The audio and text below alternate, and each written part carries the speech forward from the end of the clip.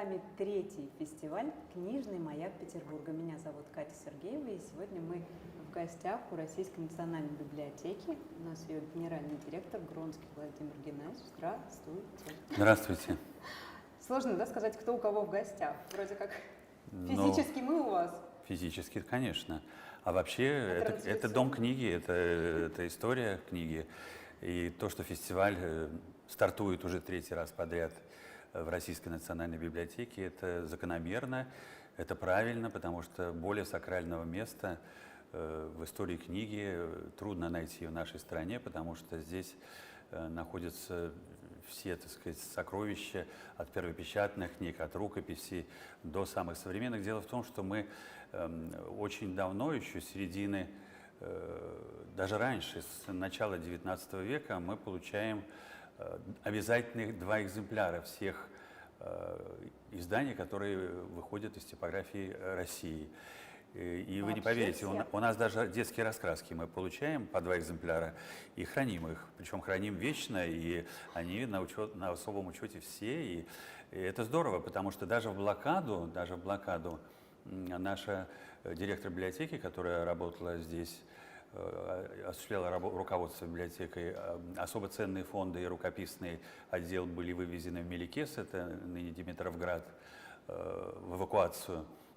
Кстати, все вернулось абсолютно неповрежденное. Одна рукопись чуть-чуть была нарушена, но потом ее отреставрировали.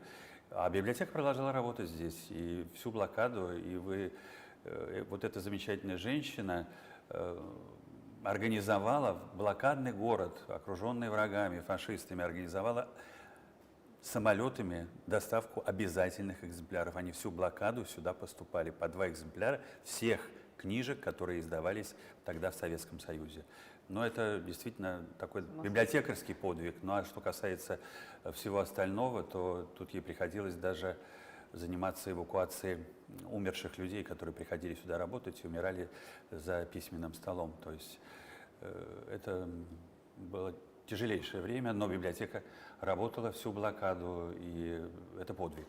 Мы буквально недавно, в сентябре, к 80-летию начала вот этой печальной истории блокады Ленинграда, открыли мемориальную доску возле универсального читального зала, посвященную нашей замечательной директрисе. Ну, это насколько влюбленные, да, в это дело люди? Конечно. Которые не готовы вообще отступить ни перед чем. Ни перед чем, абсолютно. Более того, заниматься соблюдением всех законных установок, которые были, вот я еще говорю, приняты в начале XIX века, об обязательных экземплярах. У нас вот такая история есть еще, забавная очень. Оленин, князь Оленин, который руководил нашей библиотекой, ну, естественно, он дружил с Пушкиным, понятное дело, и у него была очаровательная дочь. И Пушкин за ней приударил. Более того, не просто приударил, как он обычно это делал, а с серьезными намерениями. И попросил у батюшки руки и сердца. Вернее, предложил свою руку и сердце. Да, у батюшка не мог попросить. Тогда все было по-другому. Вот. И Оленин ему отказал. Потому что считал, и, наверное, правильно считал, что Александр Сергеевич был ветреный, такой непостоянный. И не присылал по 2 экземпляра своих книг? Присылал. До того момента, как Оленин ему отказал. А потом перестал? Потом перестал и думал, что он таким образом наказывает Оленина и библиотеку, которую он возглавлял.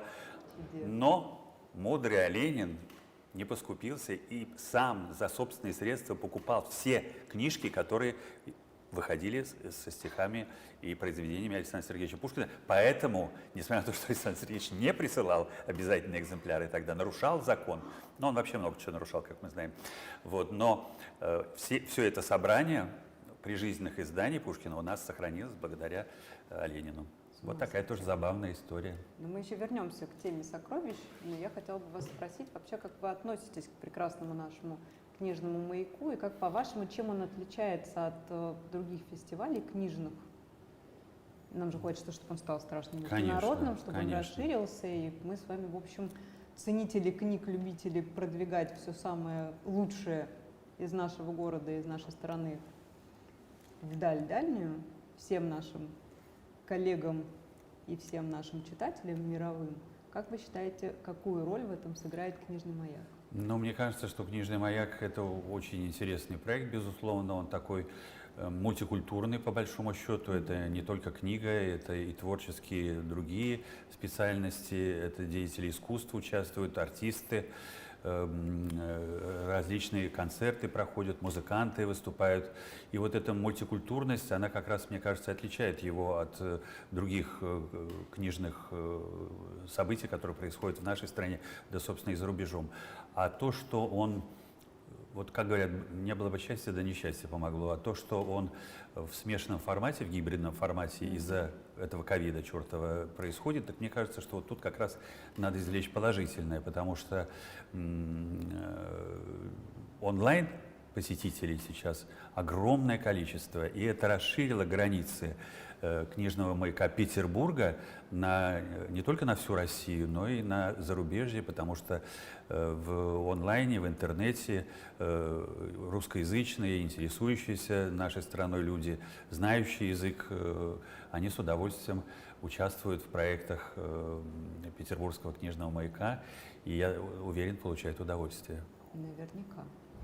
Как вам кажется, вообще всеобщая цифровизация, которая сейчас происходит, это плюс в нашем книжном деле или минус? Потому что вот здесь мы видим огромное количество очень красивых книг, которые, безусловно, имеют свою тактильность, свой уникальный запах, свою уникальную историю. Безусловно, цифровая книга этого не позволяет, но, с другой стороны, позволяет, например, в условиях того ковида, о котором вы так отозвались, посмотреть на ваши сокровища людям, которые не могут сюда попасть физически, а также многим людям, которые в принципе не могут иметь доступа, да, к каким-то уникальным, например, изданиям. Да. Как у вас это происходит? Так вы ответили уже на вопрос. И плюс, и минус, естественно, потому что плюс в том, что действительно можно удаленно оказаться в библиотеке, в фондах. У нас сейчас оцифровано порядка 800 тысяч книг и документов, и можно зайти на наш сайт и получить доступ к этим огромному массиву информации. А вот мы с вами сидим в библиотеке Вольтера. Кстати, ее приобрела, купила, значит, во Франции Екатерина Великая, Екатерина II, которая, кстати, была основательницей нашей библиотеки. 226 лет назад по ее указу была основана Императорская публичная библиотека. Первая публичная библиотека в нашей стране, в Российской империи. И она буквально, так сказать, накануне французской революции, вот этой ужасной истории, выкупила библиотеку Вольтера, и тем самым, я считаю, спасла ее от разграбления, от сожжения, от уничтожения и так далее, да? Потому что действительно это уникальная совершенно библиотека, она до конца не изучена, мы занимаемся ее изучением, и, конечно, но это очень важный документ, такой массовый документ не только для России, но и для Франции, да, собственно, и для всего человечества. К нам приезжают работать и французы, и англичане, и немцы, и из нашей страны исследователи, потому что это действительно уникальная библиотека, которая раскрывает творческую лабораторию этого гениального мыслителя. И, конечно, вот онлайн этого не ощутишь и не почувствуешь. Вы правильно сказали, что важно включить дактильные, да, вот эти инструменты для того, чтобы почувствовать запах книги, запах времени, истории. И это очень, очень важно. Вы знаете, ведь Екатерина Великая, она была просветительницей такой мощной, безусловно, да, и она вот издала указ об образовании Императорской публичной библиотеки, за что мы ей бесконечно признательны, конечно. Вот. Но она положила основу фондам нашей библиотеки. Каким образом?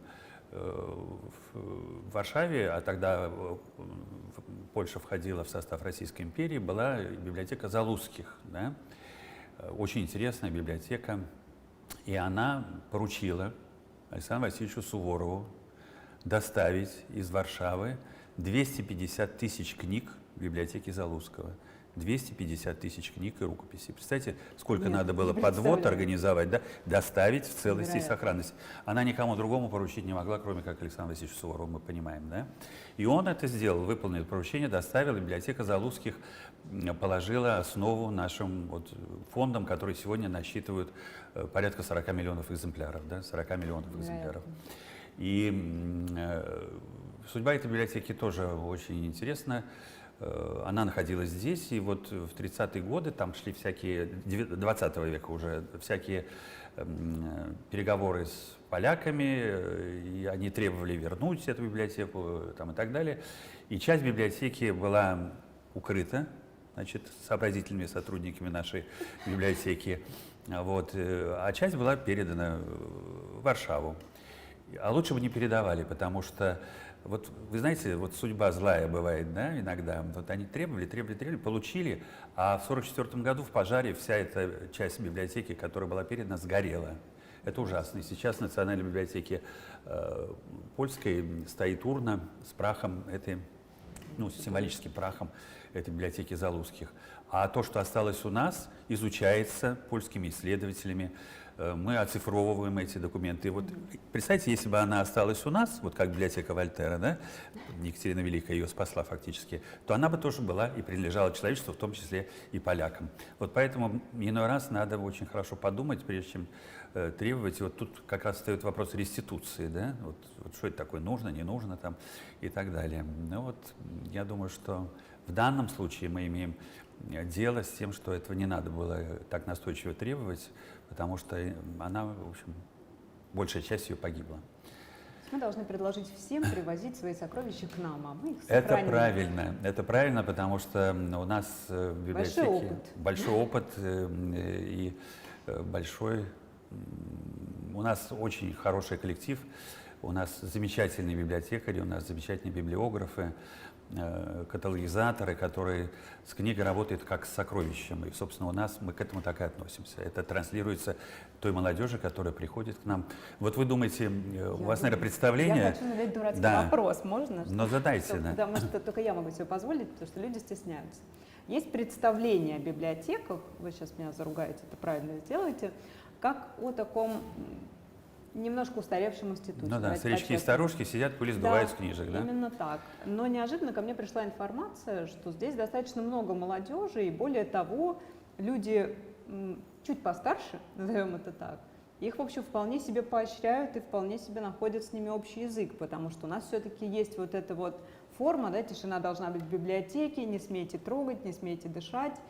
Неожиданно оказалось, что все изменилось, а мы об этом ничего не знаем. Расскажите мне и людям, пожалуйста, что происходит. Трогать-то лучше не трогать без разрешения, это естественно, потому что мы все-таки не музей, мы выдаем книги для того, чтобы с ними работать. И тогда уже человек трогает ее, но надо заказать, прежде чем получить возможность потрогать. Шанс есть однозначный. Вот, и поэтому, конечно, вы знаете, когда я был сюда назначен, это для меня такая неожиданность была совершенно. Я до этого работал в музее Суворова Александра Васильевича и готовился к 300-летию нашего. Только видите, он все-таки тоже здесь присутствует, он положил основу нашим фондам. Вот. И я тоже думал, ну что это я пойду, там вот такие пожилые люди, значит, сдувают пыль с полок и так далее. Хотя пыль мы обеспыливаем тоже, это большая работа. А когда я пришел сюда и выяснил, ну, конечно, есть определенный график обеспыливания там и так далее, я пришел и, к удивлению своему, обнаружил, что из почти 1300 сотрудников у нас 600 человек в возрасте до 35 лет. Это очень много на самом деле. Вот. У нас много молодежи, у нас молодежь приходит сюда не за длинным рублем, а за возможностью припасть вот к тем сокровищам, к информационному этому массиву колоссальному, да, который подлежит изучению, и это дает им возможность заниматься наукой, заниматься исследованиями и в конечном итоге защищать диссертации. Вот недавно совсем у нас 2 молодых человека защитили кандидатские диссертации. И я вообще ввел такое правило, что если молодой сотрудник наш защищает диссертацию, кандидатскую, конечно, для начала, то он получает премию 50 тысяч рублей. И вот эти первые 2 уже получили. Все, и это хороший кто хочет стимул. заработать, все сюда. Сюда, да. Вот, поэтому у нас очень интересные молодые люди. Они открывают совершенно неожиданно подчас какие-то такие повороты, изучая наши фонды. И мы вот создаем интересные выставки. И вот сейчас мы готовимся к 350-летию со дня рождения Петра Великого. У нас масса документов, связанного с его жизнью, деятельностью. Есть книги с его пометками, да? У нас есть книжка офицера-кораблестроителя, которого обучал Петр Алексеевич. И это конспект фактически с чертежами, с формулами и так далее. И вот такие уникальные документы у нас есть. Кстати, вот мы находимся в библиотеке Вольтера, а Вольтер по поручению Екатерины Великой должен был написать историю царствования Петра Великого и его деяний. И по всей России был такой клич, с ее стороны, конечно, указ, по сути дела, собирать материалы для того, чтобы Вольтер мог это все описать. И вот во всех городах петровских, а вы знаете, что у нас их порядка 700 городов, в которых был Петр I или что-то там сделал, и во всех городах собиралась информация, писались вот такие как бы эссе, заметки, истории на французском языке, кстати. И Екатерина Великая, когда выкупала библиотеку, она предполагала, что вот этот массив информации, подготовленный для Вольтера, он не успел написать, он автоматически входит в состав библиотеки. Не тут-то было, с нее потребовали отдельно заплатить, и она заплатила. И вот этот массив, это уникальные совершенно документы, они находятся у нас, и это, конечно, огромное поле для исследователей, безусловно. Да? И вот мы этим сейчас тоже занимаемся, отыскиваем там много интересных фактов и готовим выставку большую, посвященную 350-летию Петра Великого. Мы в Петергофе вместе с Государственным музеем-заповедником Петергоф развернем выставку в Нижнем парке. Ну, она планшетная будет, конечно, но там будут QR-коды, и можно будет, значит, навести фотоаппарат. Я не справлюсь, это очень современно. Мы вам поможем, приезжайте. Спасибо. И фотоаппарат, и зайти уже в наши фонды, увидеть это все воочию. Не только на планшете, не только на стенде, но и заглянуть сюда уже в наши библиотечные фонды. Вот, поэтому мы готовим уникальную совершенно выставку с музеем оружия в Туле о том, как Петр I создавал там оборонный кластер, по сути дела. И сейчас это кузница обороны страны, на самом деле, да, Тула и Тульская область. И вот там мы тоже будем делать очень интересную документальную выставку с уникальными документами, которые у нас здесь присутствуют. И многие из них будут показаны впервые даже. То есть, по сути, за всеми сокровищами это к вам. К нам. Вы знаете, когда мне звонят иной раз, да, и спрашивают: Владимир Геннадьевич, есть ли там у вас что-то? А мы, вот интересный факт, мы каждые 3 дня получаем запрос из разных институций, из музеев, из университетов, от физических лиц, от исследователей, да, от учебных заведений, от университетов. Различные вопросы задают, и мы ответы на них находим обязательно. И я, когда спрашиваю своего заместителя по библиотечной работе Станислава Брониславовича Голубцова, говорю: Станислав Брониславович, а у нас это есть? Он мне говорит: Владимир Геннадьевич, у нас есть все. И вот всякий раз, когда я спрашиваю, получаю такой ответ, и душа моя наполняется гордостью и радостью, естественно. У меня важный обывательский вопрос, сейчас тоже из дурацких. Как обычно... А что это вы все дурацкие вопросы задаете? Я люблю задавать, потому что кроме меня никто этого не делает, все стесняются выглядеть глупо, а я нет. Правильно, потому что вы умные. Нет, я просто себя демонстрирую, я себя приняла. Хорошо. Вот вопрос мой дурацкий следующий. Как частному лицу, которое никогда не было аффилировано с наукой, искусством и так далее, вообще припасть к сокровищам? И какой уровень припадения к сокровищам вообще допустим? То есть на книжке можно только смотреть какие-то уникальные, какие-то книги можно трогать, какие-то книги можно читать. Есть ли какой-то способ ранжироваться и как вообще к вам попасть? простому человеку, который Попасть очень смотрит просто. нас. Взять паспорт, прийти, записаться в библиотеку. Делается это в течение 5-7 минут, и вы читатель библиотеки. Вы получаете читательский билет, который открывает вам доступ во все 4 наших здания. Вот вы, наверное, не знаете, что у нас 4 здания, и многие Еще этого нет, не но сейчас знают. вы мне расскажете. Да, вот у нас есть здание, комплекс зданий здесь, на площади Островского, выходящий на Садовую улицу, да. Это самые старые здания наши. У нас есть огромное совершенно здание, 16 тысяч квадратных метров на Фонтанке. Это бывший институт благородных девиц там был. Вот, огромное здание. У нас есть грандиозное здание на Московском проспекте возле Парка Победы, вы, наверное, видели. Там 2 очереди наши построенные.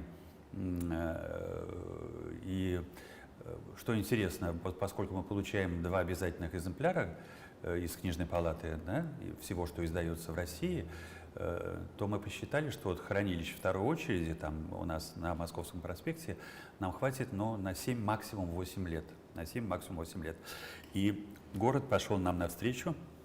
Нам выделен там же, вот через дорогу, через Варшавскую улицу, большой участок земельный возле городского суда, где мы намерены в ближайшее время начать проектирование и далее строительство 3-й очереди нового здания, потому что в противном случае нам некуда будет складывать книги, потому что, по счастью, не уменьшается.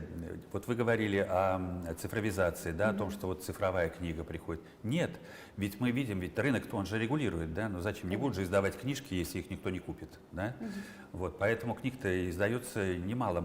Вот интересная цифра.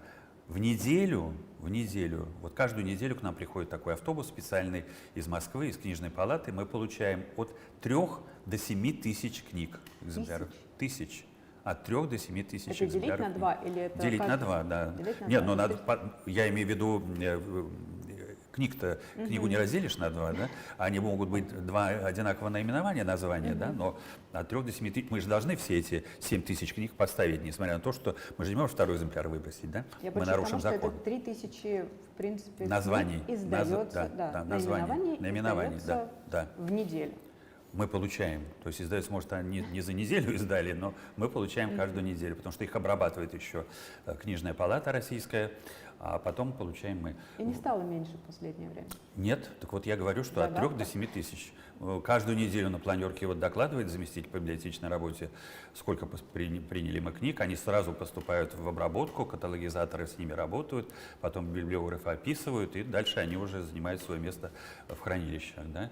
Ну, то есть это производство, вату эту, которую сладкую ели когда-то в ЦПКО, да, вот, щеточки или как, да, щеточками их не назвал, потому что это какие-то такие, да даже не метелочки, а вот я говорю, такая вата, значит, сахарная, вот, это неправда, это серьезное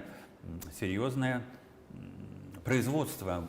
У нас есть Всероссийский центр реставрации бумажных документов, да, вот вы, наверное, не знали, что он у нас есть.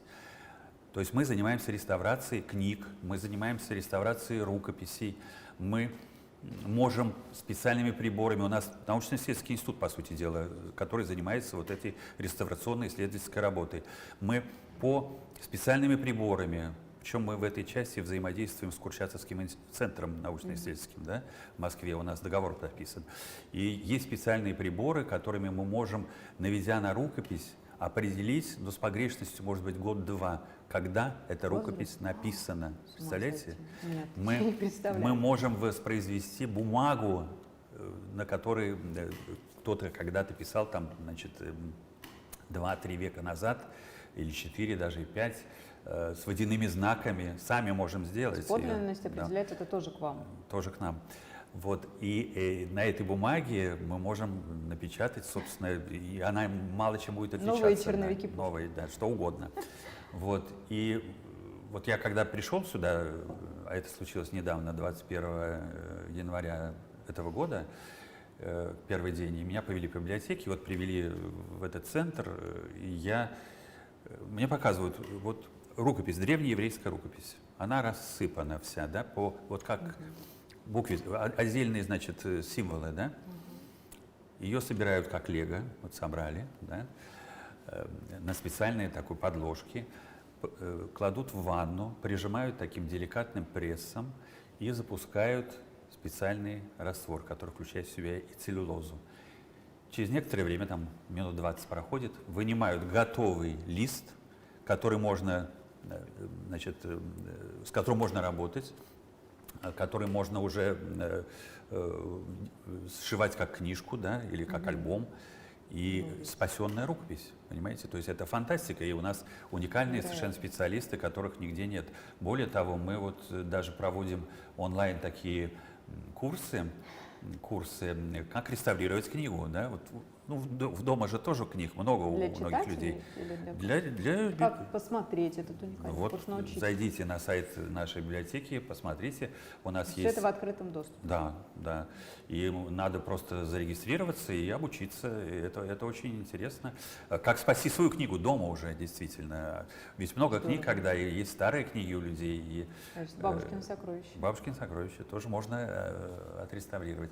Своими руками. Вот эта библиотека, это современная, ну, не говоря уже о том, что у нас огромная, значит, цифровая платформа библиотеки, и мы занимаемся оцифровкой книжных памятников. Это специальный проект Министерства культуры. Мы занимаемся этим, и государственная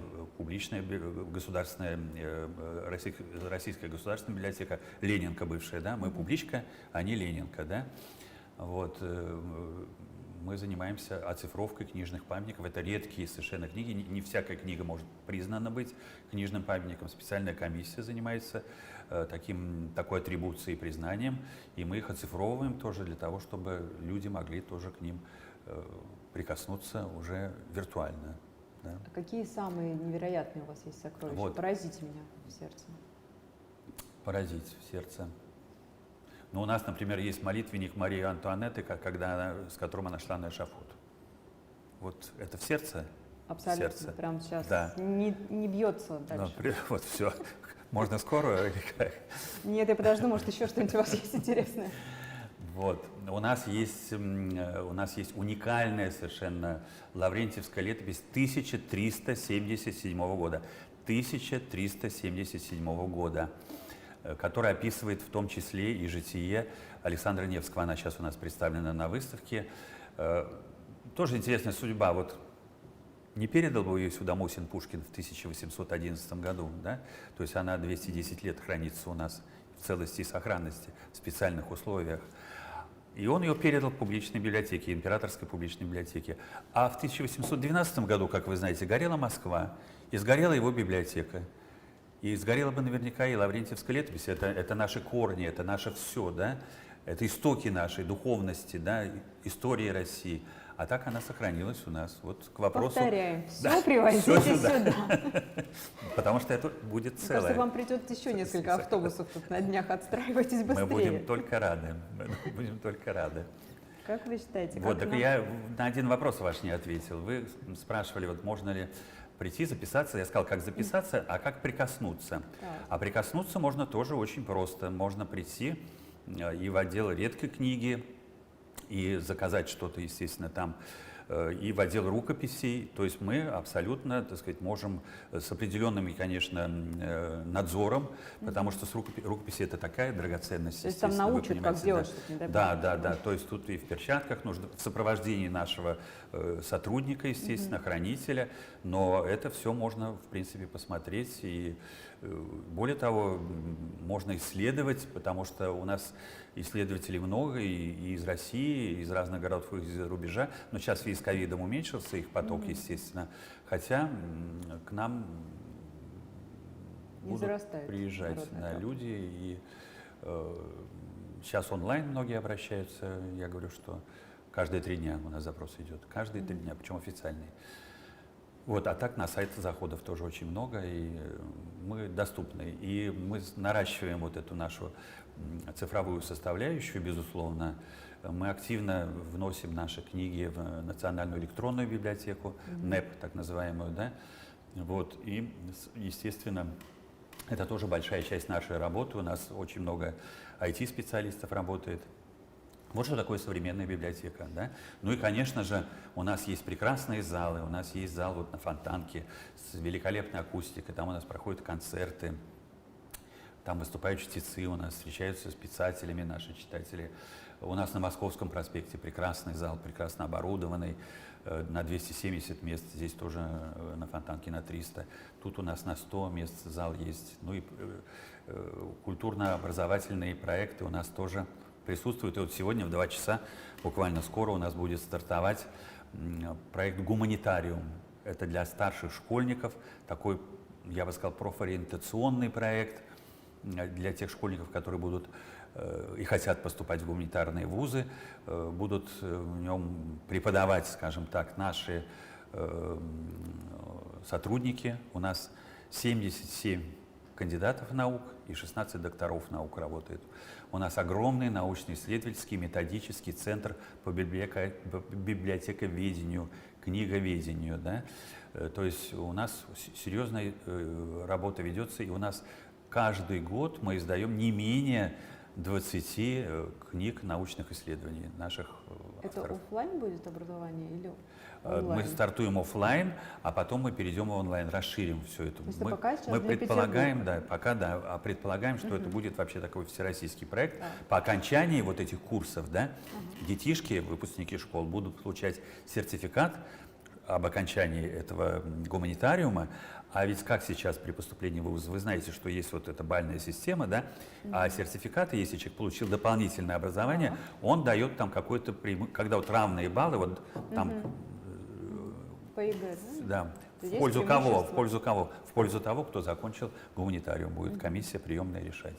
Так, а Вот как вы поэтому это тоже набираете? очень интересный проект. Но вот Какова сегодня, система? сегодня у нас будут из Академии талантов, такая есть в Петербурге Академия талантов школьников. Мы подписываем с ними соглашение. Вот это первая партия, это будут детишки, старшие школьники из Академии талантов, потому что, ну, как бы они уже готовы, они подготовлены. Мы с ними, вместе с ними стартуем А сегодня. просто ребенок из откуда-то? Откуда-то, откуда угодно. То есть дальше будет объявлен набор, и мы будем и офлайн, уже в больших залах проводить занятия, о которых я сказал, да.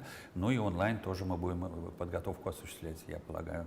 В общем, во всяком случае, у нас этот проект, он созрел, он необходим, и он очень интересен и полезен для школьников. И я думаю, что он будет востребован родителями прежде всего, потому Конечно. что Я бы родители, отдала, если бы у меня были дети. родители Создала сразу заинтересованы. несколько человек. Да.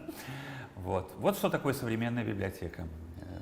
Как вы считаете, есть мысль о том, что современная молодежь стала читать меньше? Когда я была молода, это было очень давно, не было каких-то альтернатив, мы ни с кем не бились, не было интернета, не было телевидения такого, как сейчас.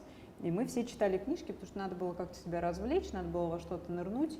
И даже те, кого дразнили там троечниками и так далее, они все равно на переменках там что-то себе такое читали. Сейчас все дети в основном все-таки уткнуты в свои компьютеры, планшеты и во что-то еще. И несмотря на то, что они умные, сообразительные ребятки, именно к чтению книг вопросы появились, в том числе у родителей, у меня как у наблюдающего человека, у которого много детей вокруг.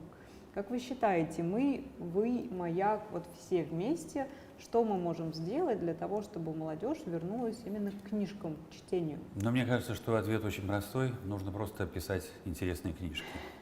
И о них рассказывать, естественно. И «Маяк», вот мне кажется, именно та площадка. Вот сегодня мы слышали вот буквально перечисление, такой шорт-лист писателей, которые примут участие в 3-м фестивале «Книжный маяк» Петербурга. Это очень интересные писатели. И, конечно, вот прежде всего интерес к книге рождается из интересной книги, безусловно. Ну а что касается, вот раньше много читали, а сейчас мало читают, ерунда. Знаете, кто хотел читать, и в мое время читали, а кто не хотел и не читали, и не будут читать. Поэтому это было и будет всегда, потому что есть духовная, есть интеллектуальная часть общества, есть потребность у определенного круга людей, и подростков, детей там, и так далее. А есть те, кому это не нужно. Там, да, выпил пиво и заснул, так сказать, благополучно.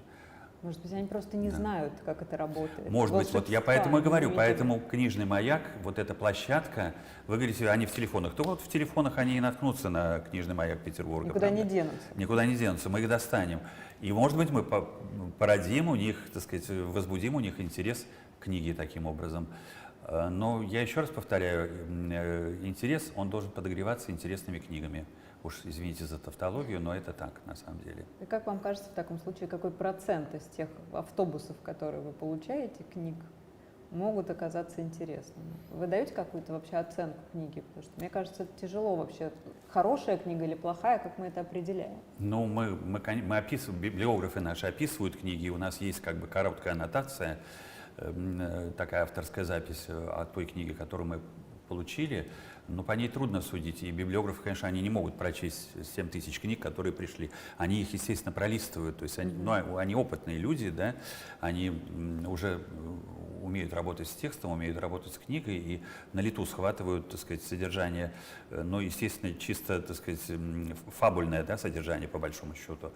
Вот. А что касается, ну, мне кажется, что это может определить только читатель, интересная книга или нет. Но у нас есть вот такая традиция, мы периодически устраиваем такую выставку здесь, мы рекомендуем, да, вот что почитать, да. И эти выставки пользуются интересом у читателей нашей библиотеки. Они смотрят, но если наши библиотекари рекомендуют что-то интересное почитать, то, наверное, это будет интересно и им. Но я еще раз повторяю, что, конечно, задача писателей — это писать интересные книги. А наша И задача... присылать их. А они никуда не Здесь. денутся. Это тут дело такое. Замечательно. Это не они уже даже пересылают. Типографии будут наказывать, если они не пришлют нам. Понимаете? Тем более, то есть Да. у вас все есть.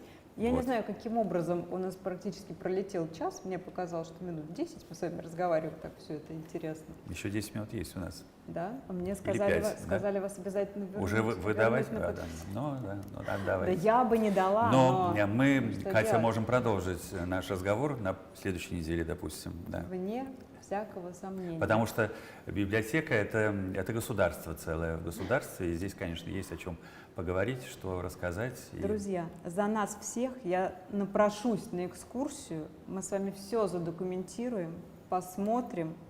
Есть сайт, где вы должны, обязаны просто зарегистрироваться. Там вам покажут, какие книги есть. Все книги здесь. У кого есть какие-то сокровища, все сюда, только здесь сохранят. сохранят. Сгореть могут, утонуть Чтобы книжки, ничего а не здесь все горело. не пропадет. Да. Вот. И единственное безопасное место в мире, единственное место, где вы можете прикоснуться к прекрасному всему, что есть в книжном мире, как минимум Петербурга и России, а как максимум еще есть интересные сокровища, о которых, как говорится, в следующей серии. В следующей серии. Большое спасибо, Спасибо вам, вам что вы пришли за- и приняли. За интересные вопросы, да. Ну и, конечно, я желаю маяку нашему книжному светить не только на всю Россию, но и на всю планету. Спасибо большое. Спасибо.